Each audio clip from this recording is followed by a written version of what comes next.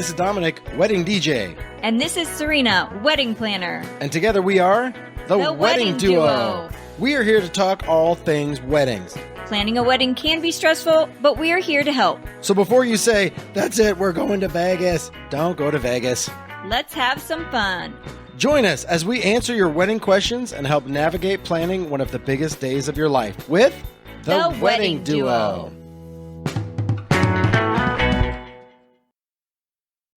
And we're back for another episode of the Wedding Duo podcast. Hello. Hello. Hello out there, people in listening land.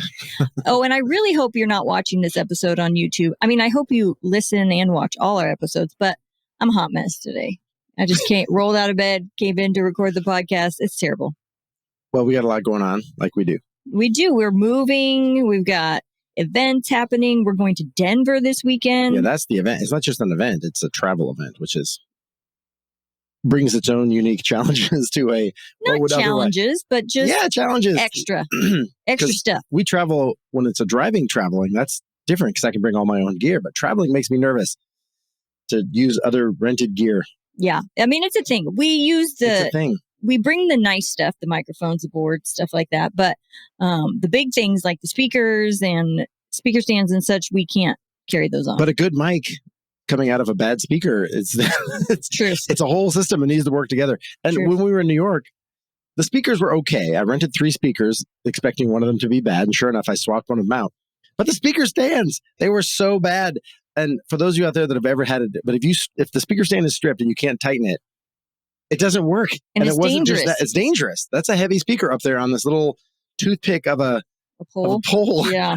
And so I don't know if you remember this, but I'm like, what am I going to do? They wouldn't stand up. So I MacGyvered the bejesus out of the thing. I found 2 little screws that were in the back of the rental car, and I put them in the holes that were there for they have a little piton thing you're supposed to put through to hold the speaker, but it wasn't there, of course. The pin. So I put in 2 of these things and I gaff taped it there, and I'm like, okay. I walked away slowly, like nobody breathe on the speaker. Oh, that's scary. Oh my gosh, it's so scary. I mean, I had them pulled back further than usual for that reason, because people tend to trip on my speaker stands, but my speaker stands are good. They can hit that thing, it'll like wobble, and it's fine, but. Yeah, no, it's scary, but we're excited. We're so excited. We're going to get on the plane. We're going to leave the kids at home, and we are flying to Denver for a wedding. It's exciting. By the time this comes out, we'll have already done the wedding. Yeah, that's true. So we can follow up later. But today's topic is great. You know, we love to talk about music. I mean, obviously. It's a music category. It's a music kind of day. So we're going to talk about the spotlight dances today. So like your first dance, parent dances, when to do them, what types of songs you want to use, length of dance, all those and good heavy on the parent dances. Heavy on the parent dances. That can be a tricky one for the dynamics involved, the personalities involved, the songs involved. It tends to be a challenging part for the couples through this process, the music process, right? Well, and I think it tends to be difficult for the parents too, right? Like sometimes depending on your like family dynamic, there's expectations out there. Like I imagine that, parents have a certain vision of what they think maybe is going to happen at the wedding. And then if the couple doesn't match that vision, it can be challenging, right? Like, yeah, because as parents ourselves, we've always said like, oh, we dream of the day we're going to do our dance with our little ones. But what if your kids, don't have that kind of, because so we always say it's your day, but what if, like, I dream of dancing with Lily someday on the dance floor. What if she's like, oh no, we're not doing that, Dad? I'm like, wait, what? Yeah. And then she'll play it back. You always say, it's my day. Yeah. Don't get talked into something. I go, no, it's coming back to haunt me. On recording that you've said that. So she could definitely play it back. However, she also knows whenever I happen to be in that category and I'm playing all the songs, she knows it makes me cry. And then I think about it. I don't think she would take that away from me. Do you? I don't know. Fingers if we crossed. asked her right now at 12, she's got quite the attitude. So she might. True. We have a few years of the middle school, high school years. We got to muscle through and keep this relationship strong. We're moving out to some property, and I teased her the other day and said, I'm going to make a teenage hut for her, and all the kids have to live in the hut during their we're not making years. it's going to be a love shack is what it's going to be. You think I'm letting the boyfriends out there? No. It's like, no. Okay. So since we're on this category, I want to share something sweet that happened at this event. It wasn't last weekend, but it was the weekend before. So the way I always MC my favorite, I mean, I do a lot of MCing, obviously over the course of the night, over the course of a wedding day. Mm-hmm. Some events more, some events less. But my favorite one, you know what my favorite one is, right? Oftentimes the father of the bride is dancing with the bride right after the first dance. And the way I MC it is, let's say the guy's name is Jonathan, the groom. They'll finish, I'll say, ladies and gentlemen, our bride and groom. Yay, everyone claps. And I'll say, Jonathan, this is the only time tonight anyone's going to ask you to step away from your beautiful bride. And I would like to invite the first man in her life to join our bride on the dance floor. Mm-hmm. And oftentimes there's a very audible aw. And I always want to say, that's the correct response. Mm-hmm. Thank you. Yep. But I do it intentionally because oftentimes if the bride is a daddy's girl and her dad are close, and I've talked to dads, and just when I bring it up during dinner, like, hey, I always say, I'm going to need you for a dance in a bit. And I go, not with me. That'd be awkward. Who's going to lead, right? And then we giggle about it. Me, two full-grown men giggling about a dance. But anyway, I can see it sometimes in their face. He's like, I'm barely holding it together already on my daughter's wedding day. And so when I MC it like that, it just goes right in the feels, like, gets them right where they. And I've had dads walking on the dance floor that are already bawling. Yeah. I'm like, don't start because you're going to start. Then I start, everybody else starts. But anyway, it's a beautiful moment. And especially if the bride and dad are close. And I butter them all up, right, with that comment. So this 2 weekends ago, a bridesmaid came up and she goes, you know what? My friend was dancing with her dad out there. And it was so emotional. She goes, I texted my dad and told him I loved him during the dance. And I was like, come on. I was like, that was more emotional than I wanted it to be, apparently. But yeah. Yeah. You were healing hearts across the country. It wasn't like she had a bad relationship. She just wanted to tell her dad she loved him. Oh, okay. She was just expressing how much I got you. Oh, I miss my dad. I want to text him. Because that's how it was, just the thing. Like if you're close with your parents, which, is great if you are, but it's like if you miss them or whatever in this moment made you miss your dad, you're like, oh, well, let me text my dad real quick. I love you. I was like, oh, that's sweet. Well, let's flip the coin though. What if you aren't? Right. So that comes up a lot too, right? Well, I was going to say, like, that is definitely part of today's conversation, right? So a lot of times we get approached by couples and they're like worried about this because it either shines a light on the fact that maybe someone has passed or they have estranged, parental relationships. Maybe they have a step parent instead. So there's all sorts of... That's another one that comes up a lot. Yeah, there's all sorts of dynamics. And stepdad will be there, or stepmom and actual mom. Right. So there's no wrong or right way to do these things, right, guys? So we really want to, kind of drive that home that not every family is made up the same. And so there's no cookie cutter, plan for this. You've got to do what feels right for you and really think through, is this something I want to do or am I feeling pressured to do it for other reasons, right? Yeah. And it's a lot. And the way I always say it is not everybody's family is a Norman Rockwell painting, right? Where it's like, oh, it's all perfect. It comes up often where it is like both parents are together, everybody's fine. But then there's other couples where I say, hey, are your folks still together? Because as an MC, I want to make sure I don't say, let's get the bride's parents out here. And everybody's like, oh, yeah, let's see. Go ahead, DJ, walk on that landmine. Yeah. But there have been couples that have said, or brides or grooms have said, like, okay, well, my parents haven't been in the same room together since they divorced when I was 6. And I go, okay, so let's talk about the seating chart real quick. Make sure they're not sitting next to each other. But it depends. Usually people check that drama at the door for your wedding day. And they know they're not there. They're there to support you and your big day, not to bring some drama from whatever back in there. Yes, Fingers crossed. Let's hope that happens. So let's paint the picture here. If you do have, for example, dad actual and dad stepdad, right? This comes up where, the bride might say, well, I want to dance with both of them, but what do I do? I don't want to be out there for 10 minutes, doing 2 full songs. What do you recommend in this situation? Well, we'll talk about the song length and all that and where to put the songs in a minute. But since you brought it up, I usually say, because sometimes I say, well, I'm going to split the song. I'm going to start with my dad. I'm going to use the same song and halfway through, right? Halfway through, I'm going to have stepdad come out and cut in. And just by nature of how they know each other, that relationship is very possible and probably maybe a little contentious, right? Maybe a little heated, perhaps, right? Maybe. Yeah, maybe not. Maybe everybody gets along great, which is fantastic if people can do that. But it's hard, right? You're talking about family stuff and feelings and all that stuff. So what I usually suggest is pick 2 songs, right? You're talking about, like you said, it's not 10 minutes over the course of your night. It's really, you're talking about probably 6 or combining both dances. So I usually start with bride and dad, biological dad, and I MC it just like I did. And then at the end of that song, I'll say, ladies and gentlemen, our bride and her dad. Yay, everybody claps. And then they'll hug it out. And as he's walking off the dance floor, I'll say, there's another gentleman who is important to our bride. I would like to invite her stepfather to join her on the dance floor. Mm-hmm. And as he walks out, I'll start the song and I'll say, ladies and gentlemen, our bride dancing with her stepdad. And have a different song because it's a different relationship. You can pick 2 different songs because the song My Little Girl talks about dad there from birth. Whereas that if you're not dancing with your actual dad, he's not in your life, but you are dancing with stepdad, that song doesn't work because he wasn't there when you was. So that's a whole part of the process of picking a song, which is another whole podcast by itself, I think. But I think just split the songs. And while we're on the topic, you don't need to do the full song. Right.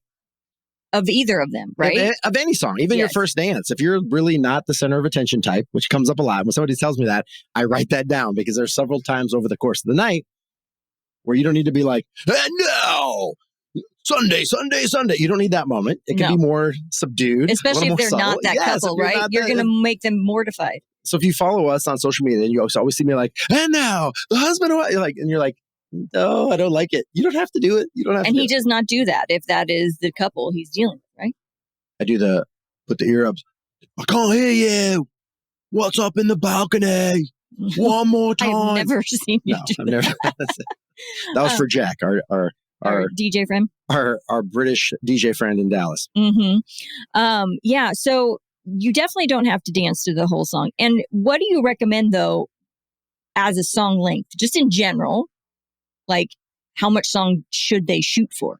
Yeah, well, we say, this has come up before, and for those of you that have listened to every one of our podcasts, sorry if things get redundant, but there's things that come up and they pertain, and we don't want to skip over it if somebody didn't hear that one, but they heard this one. So we shoot for 2 minutes, because if you've hired a professional photographer or videographer, and you invited all your guests from all over the country to come here for this day, one of the things they're there to see is like, oh, this is a big moment, your first dance, right? Mm-hmm. And even though you're like, oh my God, give me 30 seconds to get me out of there. I'm like, 30 seconds is a blink of an eye. Yeah. I mean, because you got to think just walking onto the dance floor can take some of that, which is something you can do. Sometimes if they're like, we don't want the full song, I will literally start the song as you are getting up and coming on the dance floor just to get a little bit more of the song, right? Right. But once you get out there, we shoot for 2 minutes because you will have spent most of cocktail hour doing your stage shots, right? To drop your chin, lower your bouquet, relax your shoulders. Okay, ready, bring in his side, her side, cousins, all that stuff. But then on the dance floor, they want the organic pictures. They want the smile. You're looking at each other. You're singing the song, maybe some tears. You have a really natural smile as opposed to, like, what is that smile? What is that? That's not natural. Hopefully they don't have that smile. But it's hard. Sometimes it's hard because you've been smiling for an hour. I always tell my couples, you'll never be asked to smile more in your life than on your wedding day, right? True. It's so much. But on the first dance, I mean, I've had couples that just forget that everyone else is even there and they're just looking at each other with that really pure beauty. Here we are. We're married. Oh my gosh. That's what they want to capture. But you got to give them 2 minutes to get it because they're going to wait as you turn a little bit. Maybe they can see her, but not him. Wait, turn. Oh, there's both their faces and they catch him. And then, or maybe they're waiting just a couple more seconds and that fire extinguisher will be out of the shot or the trash can or the exit sign. Yeah, they can. But I mean, sometimes they want to. There's a lot going on in the mind of a photographer or videographer. Yes. They look at all that stuff, right? But you shoot for 2 minutes. Right. No, and that is definitely ideal. Something I'm going to touch on, and I don't think we talked about talking about this, but I'm going to bring it up. What if the couple, and we're speaking specifically about first dance, wants to choreograph a dance, right? And take lessons and all that good stuff. So we're on 2 sides of the fence here, I think. I think it's really sweet, and I think it can help ease some stress if you feel more confident out there dancing together. And you don't have to make this big production, but at least you know kind of what you're getting into. And I know you argue with me on this. No, but I mean, if you want to go and learn how to do a twirl and a dip, right? That's what I'm saying. You want to learn just some simple stuff. But if you go in with a song that your DJ has spliced up for you, or your dance instructor has a song that they put together a track, because this comes up a lot, and you've choreographed the whole thing. That can be so stressful and so much pressure on a couple, especially if one of you can dance and the other one can't. Mm-hmm. If your groom has got 2 left feet, because this happens, I mean, and it's so clearly in my head. I was, before the ceremony, I was miking up my groom, and I go, how you feeling? He goes, when's our first dance? And I'm like, he was so wrapped around the axle for his first dance, he was about to walk down the aisle. He couldn't even focus on that. He was so stressed about that dance. Well, let's think about it this way, because professional performers, dance performers, get nervous and stressed before they perform, right? So you're adding that on top of your wedding day. It's a lot. And so we just talk about making sure it's still enjoyable. It's still, it's still emotional, that moment, right? Because the other thing I've seen sometimes is, let's say the bride can dance and the groom can't, because that's comes up sometimes. Not always. I love it when the groom's like, I'll be on the dance floor if you need me, right? Mm-hmm. But sometimes it's like the groom is out there going like, 1, 2, 3, 1, 2, 3. And you can just see him mouthing the steps. And he's not even in the moment. He's just focused on, what am I supposed to do next? And the bride's nodding him like, good, good. It can be so awkward. I'm like, So if neither of you can dance and you're too stressed about it, and again, hopefully we don't get any heat from all the dance instructors. Are like, you're hurting my business. I go, no, it's a whole thing, but it's a beautiful moment, right? Yes.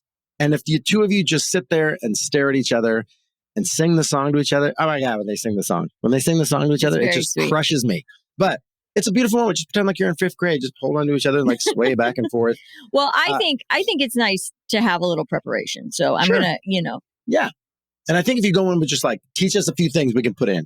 A twirl is not hard. A dip is not hard. And there's things to be saying about, where should I be holding her? Where should my footing be? Because if you're not used to it, people will be dropped. People will fall. And you don't want that. That is not what you want. You don't want to settle and say like, oh, I've had a few drinks and now I'm like, you know what? We've never tried this, but let's do a dip. You're like, oh my God, what? Let's do the lift. Don't do the lift. No. I think it's definitely something to consider. And you can take it as far as you want. For sure. And again, the 2 of you and your skills and your nervous levels. Is that a thing? How nervous you'll be?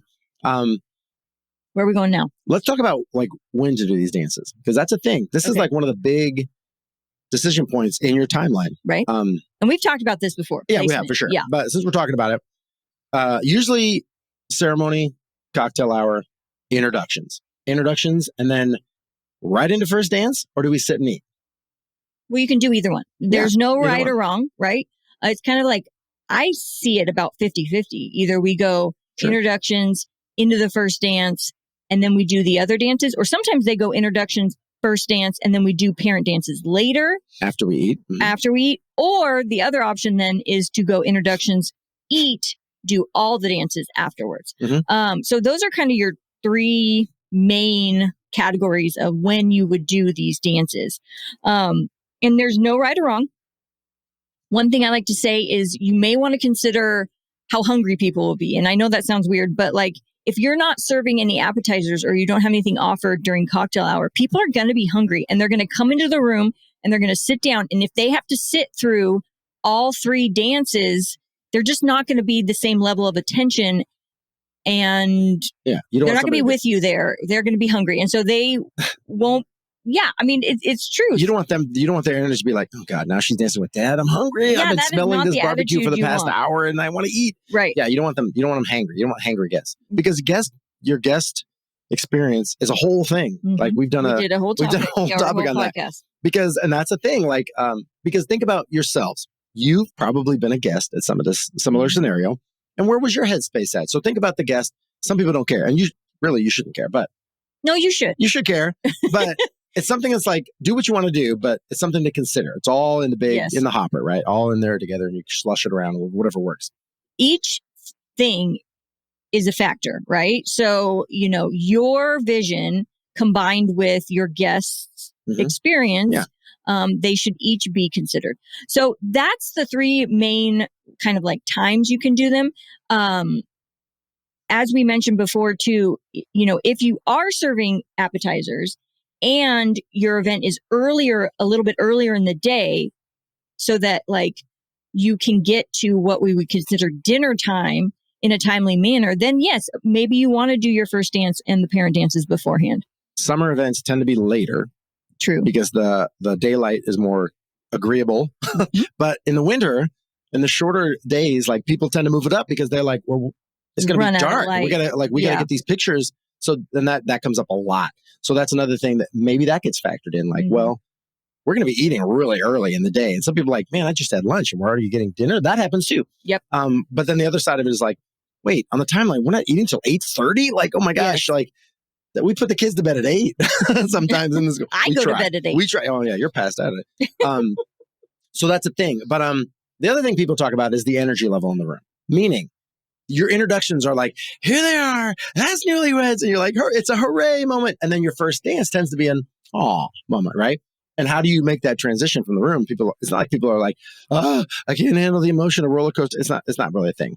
But the way I handle that, if you want to go right into your first dance, is once everybody gets in the room, you're like, one more time for the bride and groom, woo! And I'm like, okay, that was awesome. And I go, wedding party, thanks for being awesome. You can grab your seats. And people kind of, sometimes they stand up. I'm like, everybody grab your seats, settle in. And then I'll kind of MC and say, ladies and gentlemen, our bride and groom have decided to do their first dance now. So please direct your attention to the dance floor. And as people are kind of, like I said, settling in, and I'm like dancing together for the first time as husband and wife, Mr. and Mrs. Fournier. Ooh, right, that was us. that's us. And then we go into this. So we do just separate a little bit. But the other thing is, there's something to consider. Sometimes in the events we do, the couple wants that bigger energy for their first dance. And I'll tell you when that's appropriate. Like they'll do maybe a Dancing on the Clouds effect. They'll do cold sparks and stuff. I mean, there are those versions of a first dance. Maybe they are choreographed, right? It's more of a performance that they're looking to do. So that tends to make sense, I think, to do intros into that first dance because you've got that energy level. You're already there, right? Mm-hmm. So it's something to be considered kind of where you want, are you doing something more simple and sweet or are you doing this big? Yeah. But I think most of the time you've got your introductions as a hooray moment and your first dance is an awe moment. And again, but it's not hard. It's not hard because it's a thing. But the other thing is about the couple. I always look at the two of you and I always say bride and groom because it's kind of muscle memory, and I hope I'm not offending anybody by saying that because we know there's two brides, two grooms. It's just love. We support love in any way, shape or form. Right. So anyway, the other things that people sometimes bring up are, I've had brides tell me like, I want to get this dance out of the way because I'm nervous about it. They want to do it right after introductions. I am klutz. I'm clumsy. I don't want to eat and then spill something on my dress. And then that's going to be in the pictures. That's a thing. Another girl said, I get bloated after I eat. I don't want it to be done. I'm like, oh, these are all very logical, good reasons. They are. Another one for a lot of times during COVID, they were live streaming stuff and the live streaming only had a certain number. They only had a certain window and they wanted to have people at home see them do their first dance. So that was another great reason. But the other thing is you will have been on during the ceremony, during cocktail. You're on. You're in front of the camera doing all those pictures. It's not like it's just sit back and relax. You're like in front of the camera and things are happening. So there's something to be said about being introduced in the room and sit down and kind of go, okay, catch your breath, get a drink, get some food, look at your ring and go, look what happened, husband. I say that all the time. I'm sure I've said that before. Oh my God, so many podcasts. But you're true. It's like you've gotten married and like your first dance would have already been done and all the stuff that's happened. So sometimes I tell people like, do you want to catch your breath, right? Do you want to sit down and kind of go, okay. And then maybe you have the toast, maybe you cut the cake and then you do your first dance. But there's something to be said for the fact that the wedding day is kind of a not catch your breath kind of day. It is. But, you are on, period. It is that kind of a go, No, not necessarily. You're saying when you're standing at the altar is the same as when you're sitting down during dinner. No, I'm not saying that. I'm just saying that things go from one to the next relatively quickly. But when you're just sitting at your table, whether it's sweetheart table or head table, and everyone's in line at the buffet, that is not the same pressure when you're on the dance floor for your first dance. Right? No, I mean, not the same pressure. But that, I know what you're saying. It's not the same. You're not the focal point. You're definitely, there's hard to hide as the bride in the room. That's what you're the center of attention. So it's hard if you're not the center of attention type. It's a hard day to avoid it, but there are things you can do, right? But there's times when you can, like, even during cocktail hour, if you're like, sometimes they go, oh, let me go bustle my dress. You can catch your breath, take a minute, drink some water, have a drink. Maybe if you have a signature drink, you're like, go give me a drink, right? I want to have a drink. There's moments where you can kind of catch your breath. And, or when couples are like, I've told them like, how we doing? Because on the timeline, like you and I have both done this. On the timeline, it says we're supposed to be doing the toast right now. But they're like, I just have these last 2 tables on this side of the room. Yeah. Like, yeah, of course. There's definitely finish stuff those 2 on the timeline that can be adjusted, and then stuff that can't or shouldn't really. Yeah. So, and we've talked about that in a previous episode. So, let's talk too about kind of go back to parent dances. And what if like one parent is not in the picture, or you don't want to dance with one parent, like the bride, dad, they're estranged, right? But mom and groom. Yes. Yeah. So you mean both sides, like his mom has dreamt about this dance with her son forever, but you and dad aren't close, or he's not there. And so that can be a thing too, because then now it's lopsided. Well, right? It's lopsided. And what stresses people out, I think, is him dancing with mom. They think like, oh, now it's shining this big light on the fact that I'm not dancing with my dad. Yeah. Right. I mean, there's something to be said about that. There is. And because in people's minds, I guess, in the way the day goes, they think like automatically there's going to be a father-daughter dance. But really, we're here to tell you, like, your family and friends are there to support you and your relationship and your union. And I don't think people are judging as much as people think they are. Yeah. I mean, it's hard not to think that, you know? I think it's just why people get nervous too. Like the maid of honor's like beside herself. She's like, I'm so nervous. I go, yeah, but when you're in the audience looking at somebody else give a toast, you're not up there like critiquing them. No. It's just a natural thing when you're in front of the crowd. You're just like, you get nervous. And you think everybody's sizing you up and digging in and looking at every nook and cranny. And but people aren't, I think. I think they don't do it as much as society thinks they do. Sure. But one of the best ways to really kind of ease that, I think, is to be prepared, right? And to talk these things through with either your vendor team or your family, like whoever's helping you out. And, just don't wing it, because that really adds to the stress level. Like, oh, we'll figure it out on the day of whether or not we're doing the dance. Like that can bring dynamics into the mix that you don't want. Like, for example, maybe in your head, you're not doing the parent dances, but your parents think you are, right? You need to have that conversation beforehand so that it doesn't blow up at the wedding. Oh, that comes up a lot. Not usually with the parent dances. That's something you usually talk through. But I've had parents come up and say, hey, DJ, when are you doing the money dance? I go, they don't want to. They told me they don't want to do the bouquet and garter. I asked them, yeah. Hey, let's go, DJ. When are we throwing the bouquet? Like, we're not doing that. And they're like, what? Right. And not the bouquet and garter, really. Usually that's some random aunt that comes up like, I'm just let's saying, go, DJ. And I'm like, thank you, random aunt. Like, we talked through this. I'm not up here just deciding on behalf of the couple what we're doing and what we're not. We've talked through it. But the money dance is nothing. They're like, what do you mean? We're like, and they've got the bin or they've got the boots and they're ready to, and I'm like, we're not. You got to go talk to the couple about that. But this discussion is happening during your event, and it shouldn't. Right. That's why you want to, if you know that your family thinks the money dance is going to happen, you need to make it clear that that's not happening. So just so that you head it off at the pass and you don't have these awkward conversations. But you're right. It has come up where it's like, you don't want somebody 6 months afterwards to still be mad at you because, well, you didn't dance with me at your wedding. And I'm like, oh, yeah. I mean, because man, people hang on to that. Who's going to be mad? No, I'm just saying, like, if mom wanted to dance and you decided we're not doing parent dances. Oh, and you didn't tell them. And then 6 months later, your mom or your mother-in-law is still mad at you because she thinks you're the one that talked him out of not having a dance with his mom. That's a thing, right? And you're talking about, again, 3 minutes out of the night for each dance-ish, give or take, right? But so one thing you can do, let's say groom and mom are really close, bride and dad are not, right?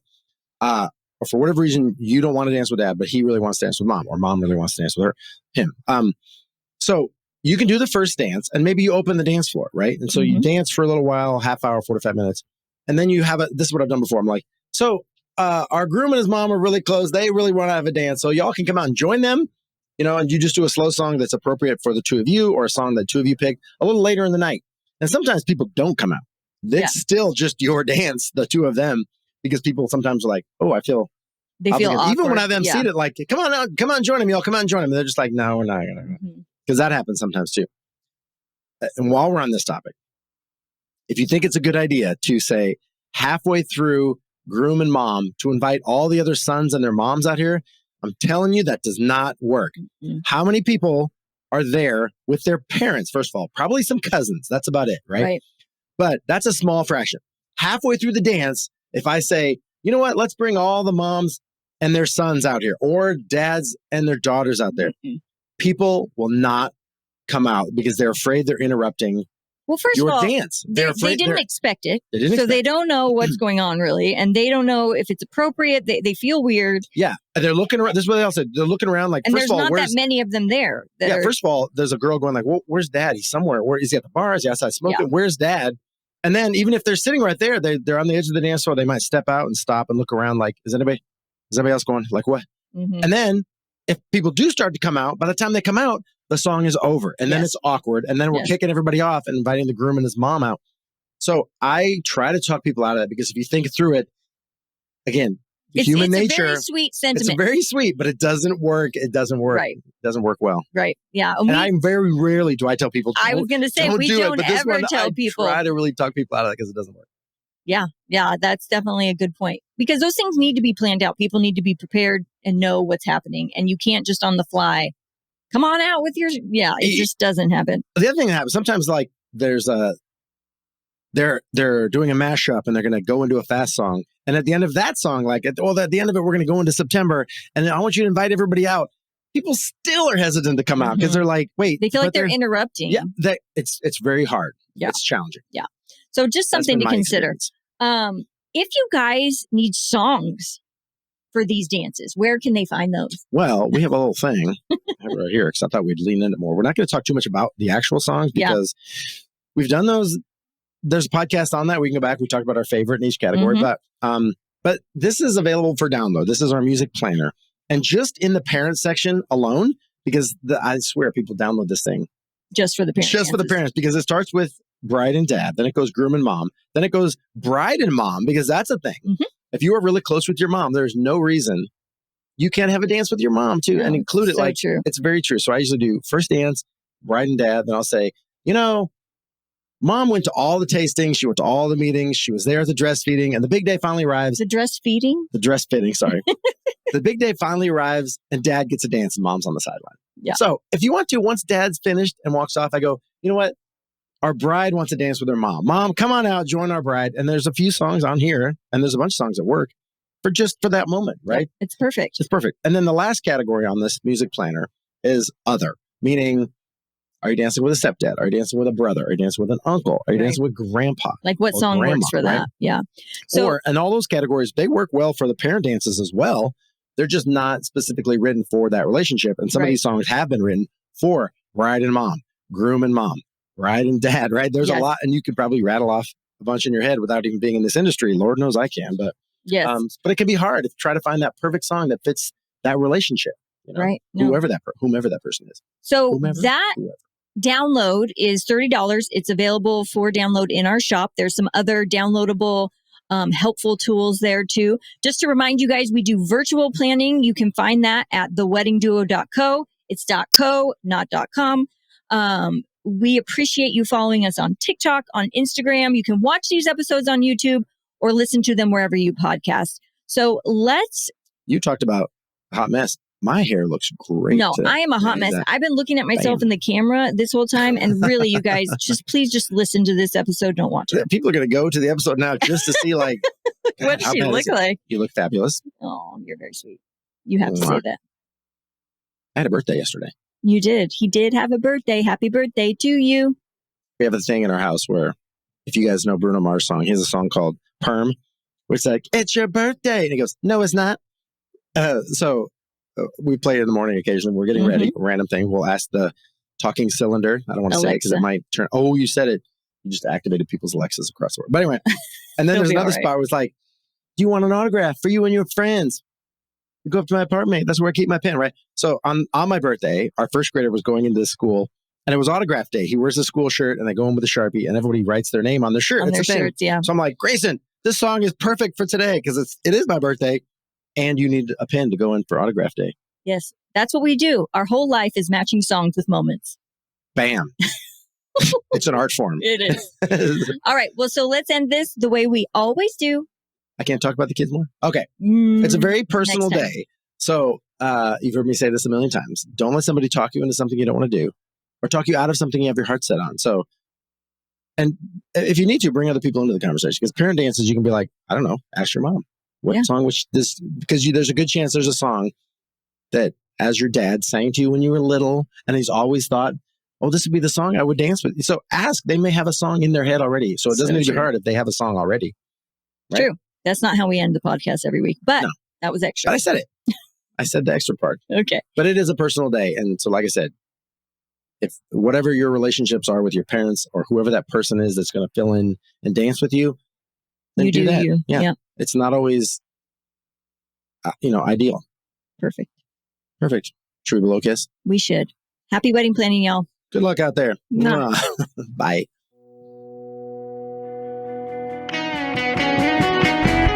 Hey, so thanks for listening to our podcast. If you found any of this information helpful and you know somebody who may be engaged or is a maid of honor, maybe you could tell them and share it with a friend. Absolutely. So screenshot this episode, share it on Instagram, on Facebook, and tag the wedding duo. We promise to share the love back. Also, if you are interested in more resources or the show notes, you can go to theweddingduo.co. We have one-on-one virtual sessions, a shop, all sorts of fun stuff. Check it out.